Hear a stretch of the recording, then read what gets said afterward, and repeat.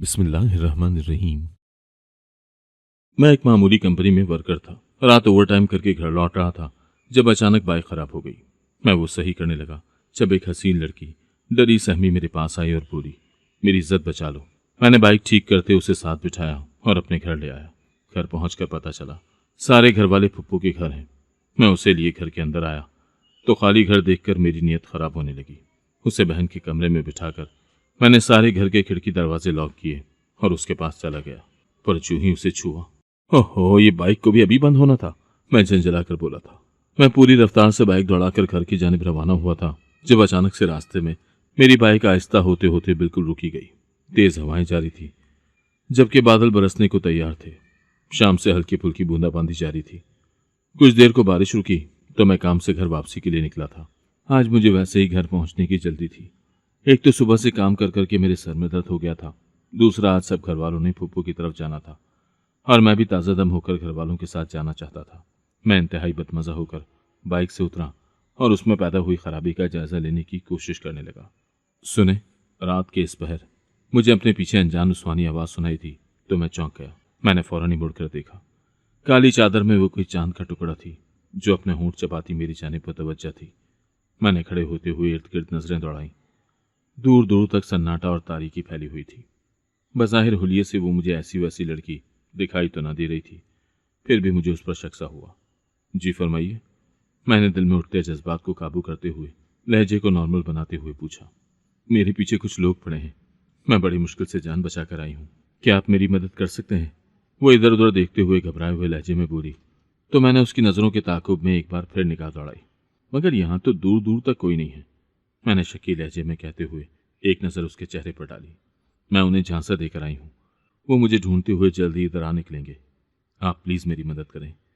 वो जल्दी से बोली तो मैं सोच में पड़ गया। प्लीज़ जल्दी करें। मुझे सोच में डूबा देखकर उसने फिर से दुहाई दी तो मैं नीचे बैठकर अपनी बाइक ठीक करने लगा। मेरा नाम कबीर है। मैं एक मुतवस्सत घराने में पैदा हुआ। वालिद एक कंपनी में मुलाजमत करते थे। मुश्किल से ही अब्बा की तनख्वाह से हमारे घर का गुजारा चल रहा था। हम 3 बहन भाई थे। मैं बहन भाइयों में सबसे बड़ा था। मुझसे छोटा भाई और फिर बहन थी। मेरे घर का माहौल सादा और पुरसुकून था। वालिद की आमदनी महदूद होने के बावजूद मुझे कभी किसी चीज़ की कमी महसूस नहीं हुई थी।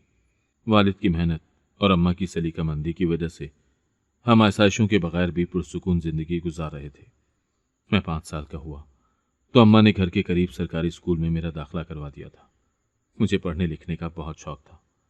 मैं हमेशा तवज्जो और लगन से पढ़ता था।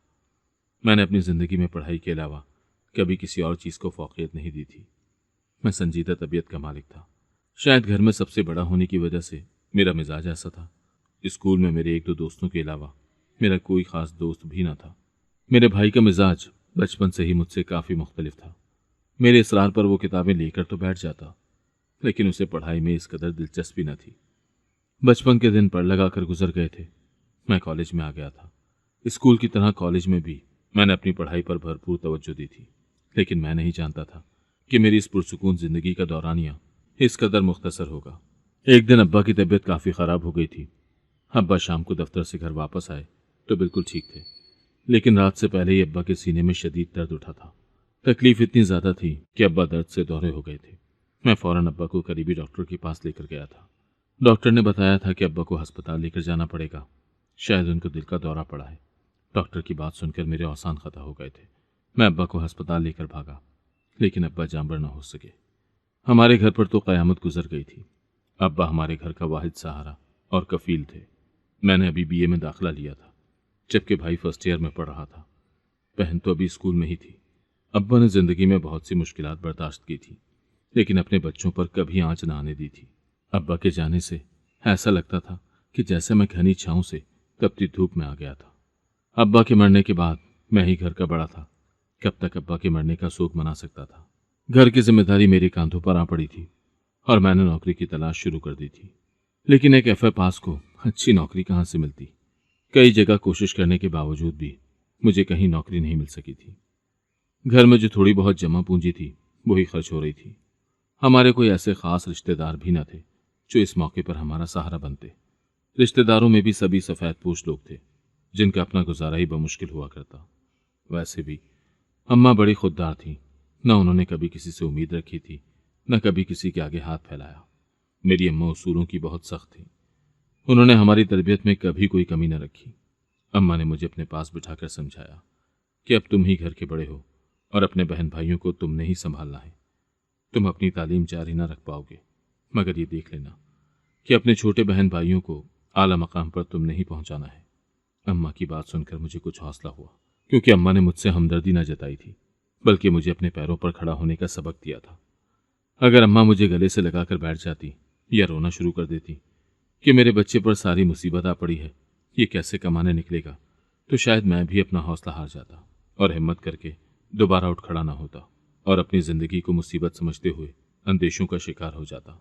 मगर मैंने हिम्मत न हारी और अगले दिन से ही दोबारा से काम की तलाश में निकल खड़ा हुआ। मेरी कोशिश रायगा न गई थी। मुझे एक फैक्ट्री में वर्कर की नौकरी मिल गई थी, मगर तनख्वाह काफ़ी कम थी। अगर मेरी तालीम के लिहाज से देखा जाता तो तनख्वाह ठीक थी, मगर घर के अखराजात के लिहाज से काफ़ी कम थी। मगर डूबते को तिनके के सहारे के मुताबिक फिलहाल मैं इसी पर खुश था कि कम अज़ कम मैं अपने घर वालों को 2 वक्त की रोटी खिलाने के काबिल तो हुआ। मैं फिक्र परेशानी में घिर चुका था। मुझे पढ़ने का बेहद शौक था, लेकिन अब्बा की बेवक्त मौत की वजह से मेरी आला तालीम हासिल करने का ख्वाब अधूरा रह गया था। मैं जिंदगी के झमेलों और कमाने की फिक्र में मुब्तला हो गया था। मैं जानता था कि अम्मा की दवा बाकायदगी से आया करती थी। अब्बा ने कभी भी अम्मा की दवा में कोई नागा न किया था। अम्मा को ब्लड प्रेशर का मर्ज लाहक था, मगर अब्बा के मरने के बाद से अम्मा ने एक बार भी अपनी पर्ची मुझे न थमाई थी।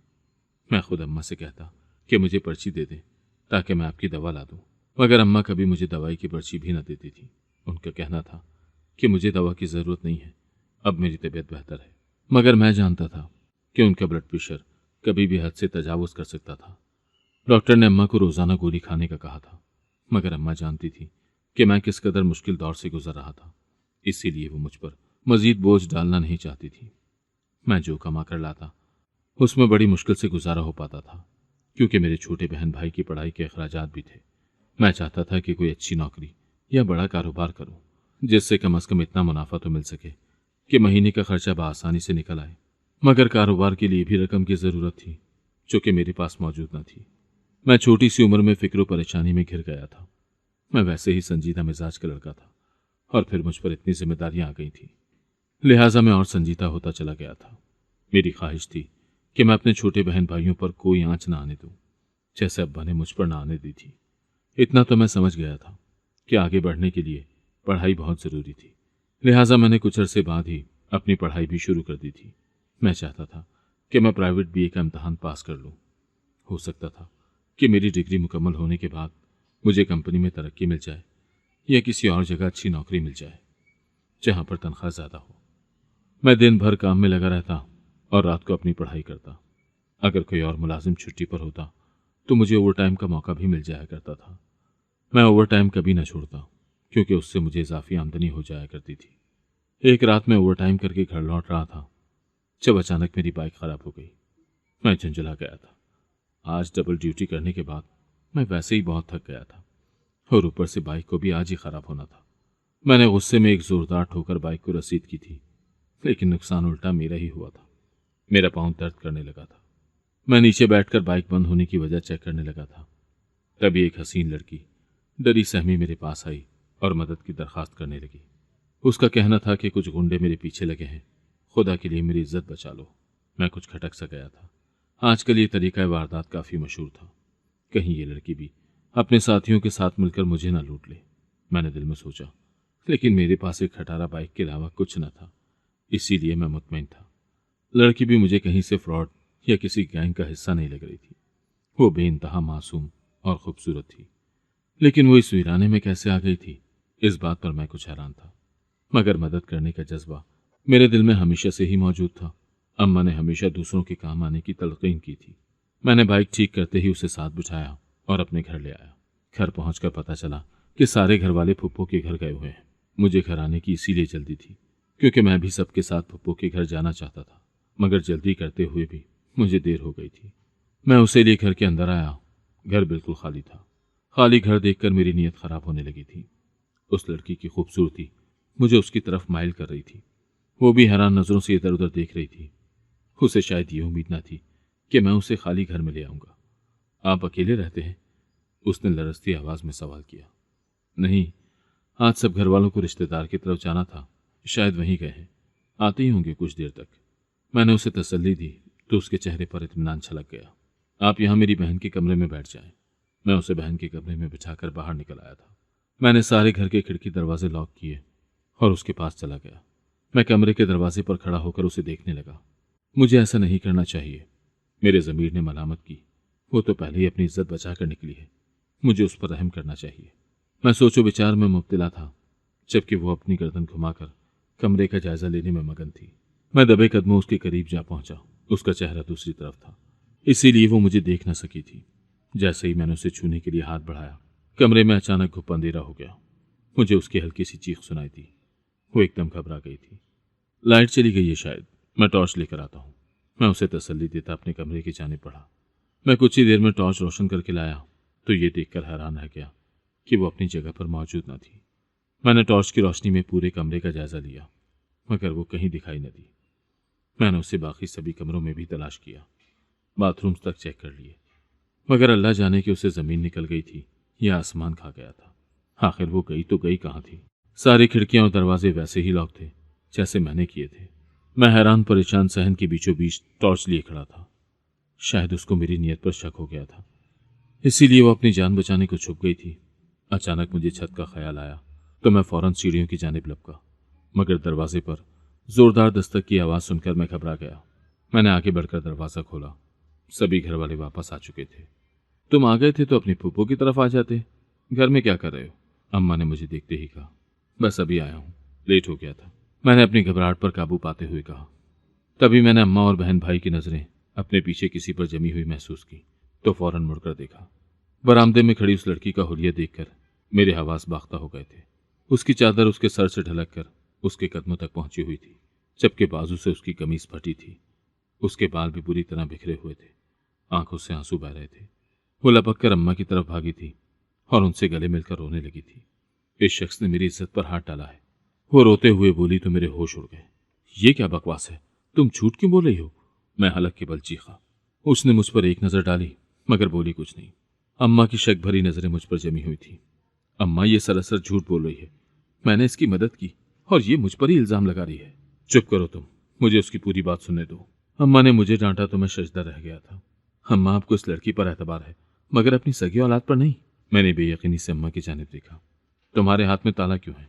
तुमने दरवाजे पर ताला क्यों लगाया था, जबकि तुम्हें मालूम था कि हमने भी लौट कर आना है? अम्मा ने मेरे हाथ में पकड़ा बड़ा ताला देखकर चुपती हुई आवाज में पूछा तो मैं गड़बड़ा गया। अब मैं अम्मा को क्या बताता कि मेरी नीयत सच में खराब हो चुकी थी। शैतान ने मुझे वरगला दिया था और मैं इस लड़की की इज्जत पर हमला करने ही वाला था, मगर कुदरत ने उसको मुझसे बचा लिया था, या शायद मुझे गुनाह में मुब्तला होने से बचा लिया था। मैं चुप साधे खड़ा था। मेरे पास अम्मा के सवाल का कोई जवाब न था। तुम कौन हो बेटी और यहाँ तक कैसे पहुंची? अम्मा ने उस लड़की से नरम आवाज में पूछा। वो दरअसल मैं रास्ता भटक गई थी। मैं इस शहर में नहीं हूँ, मेरा इस दुनिया में कोई नहीं है।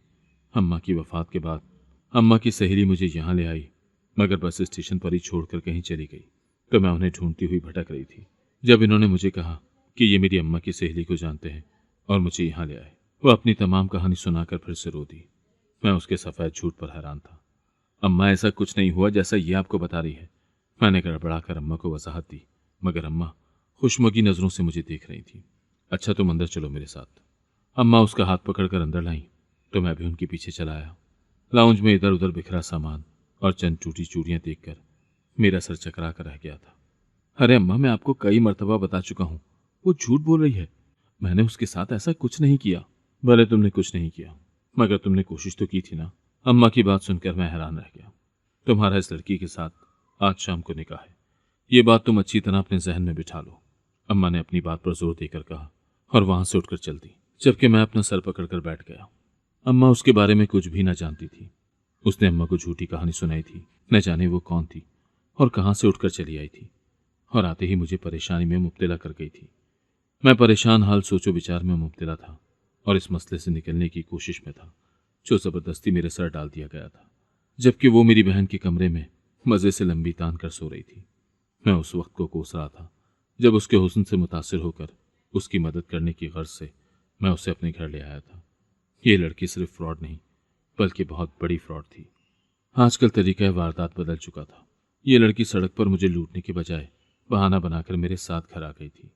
पता नहीं इसका क्या मकसद था, लेकिन कसूर मेरा ही था। अगर सिर्फ मदद करना मकसद होता तो मैं उसे रास्ते में किसी महफूज जगह छोड़ सकता था, लेकिन मेरी तो नीयत खराब थी। पता नहीं कैसे उस लड़की को देखकर मैं फिसल गया था, जबकि हमेशा ही मेरा किरदार साफ और शफाफ रहा था। बहरहाल जो भी था, घर वालों के सामने मेरी इज्जत दो कौड़ी की रह गई थी। खासकर अपनी बहन के सामने तो मैं नजरें भी नहीं उठा पा रहा था। लेकिन अब पछताने से क्या हो सकता था। अम्मा ने शाम को निकाह का बंदोबस्त कर लिया था और चंद गवाहों की मौजूदगी में उस लड़की के साथ मेरा निकाह हो गया था। निकाह के वक्त ही मुझे मालूम हुआ कि उस लड़की का नाम हानिया था। वो मेरी बीवी की हैसियत से मेरे कमरे में मौजूद थी। कल तक जिसको हासिल करने के लिए मैं मरा जा रहा था, आज वो मेरी बीवी के रूप में मौजूद थी। लेकिन मैं उसकी शक्ल भी नहीं देखना चाहता था। मैं इस इंतजार में था कि कब वो अपना इस घर में आने का मकसद पूरा करके यहां से वापस चली जाए। शायद उस दिन अम्मा को मेरी बात पर यकीन आ जाता कि मैंने ऐसा कुछ नहीं किया था जैसा उसने अम्मा को बताया था। लेकिन वो तो मजे से मेरे घर में रह रही थी। चंद दिनों में ही वो सब घर वालों से घुल मिल गई थी। उसने घर के बेशतर काम भी संभाल लिए थे। हानिया को मेरे घर में रहते हुए 1 माह का अरसा गुजर चुका था। वो अम्मा की भी खिदमत करती और मेरी बहन से भी अच्छी खासी दोस्ती कर ली थी। देवर से भी हंसी मजाक चलता रहता। घर में रौनक सी हो गई थी। उसने मेरे सब घर वालों को शीशे में उतार लिया था। अम्मा तो उसे दुआएं देती न थकती, लेकिन मैं जानता था कि ये सब कुछ दिखावा है और बहुत जल्द उसका असल रूप सबके सामने आ जाएगा। हानिया ने मेरी खिदमत में भी कोई कसर उठा न रखी थी। मैं जैसे ही काम से वापस आता, वो गरम गरम खाना लाकर मेरे सामने रख देती।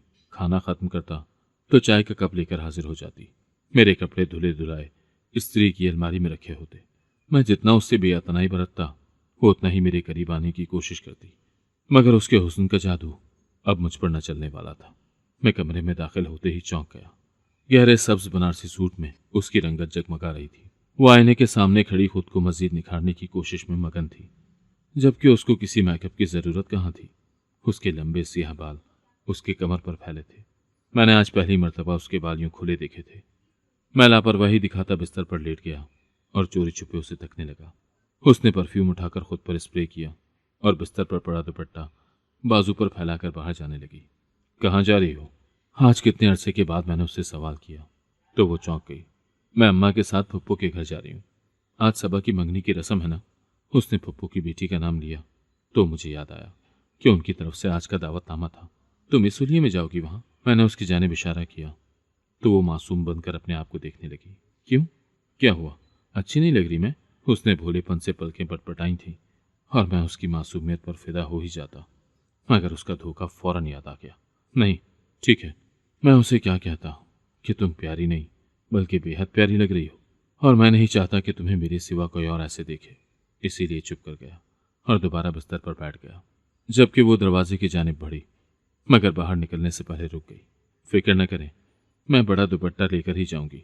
ये तैयारी तो बस आपके लिए की थी, वो मुस्कुराते हुए बोली और फौरन कमरे से बाहर निकल गई। मैं उसकी बात सुनकर चौंक गया था। फिर भी इख्तियार ही मेरे होंठों पर मुस्कुराहट आ गई थी। ये सच था कि रफ्ता रफ्ता हानिया के लिए मेरा दिल पिघल रहा था। उससे बेरुखी बरतने का जो मसनूई खोल चढ़ा रखा था, वो एक कांच की मानिंद चटकने को तैयार था। अगर हानिया ने उस दिन मुझ पर झूठा इल्जाम न लगाया होता तो शायद आज मैं उसके साथ एक खुशगवार इज़दवाजी जिंदगी गुजारा होता। मैंने हानिया से उसके बारे में कुछ भी नहीं पूछा था। उस रात अपने बहक जाने की वजह से मैं इस कदर शर्मिंदा था कि हानिया से उसके झूठ के बारे में पूछने की हिम्मत ही नहीं पड़ी थी। अगर हानिया कह देती कि तुम्हारा इरादा तो यही था, अगर लाइट ना जाती तो यही सब कुछ होना था जो मैंने बयान किया, तो उसके बाद मेरे पास कहने को कुछ भी बाकी ना होता। लेकिन मैं जानना चाहता था कि हानिया कौन थी, उसके माँ बाप बहन भाई वगैरह कौन थे और उन्होंने हानिया को तलाश करने की कोशिश क्यों न की थी।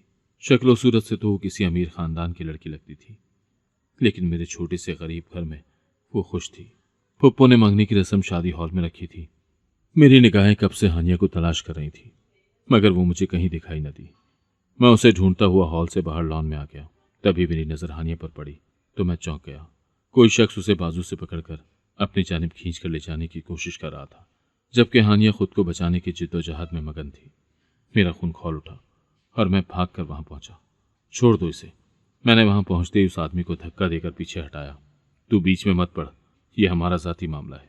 वो चिल्लाकर बोला तो मैंने हैरानी से हानिया की जानिब देखा। हानिया फौरन ही मेरे पीछे छुप गई थी। ये बीवी है मेरी। मैंने गुस्से से उस शख्स को घूरा तो उसकी आंखों में हैरानी उतर आई और वो फौरन ही रफू चक्कर हो गया। मैंने पलटकर हानिया की जानिब देखा था। तुम आखिर हो कौन और वो शख्स?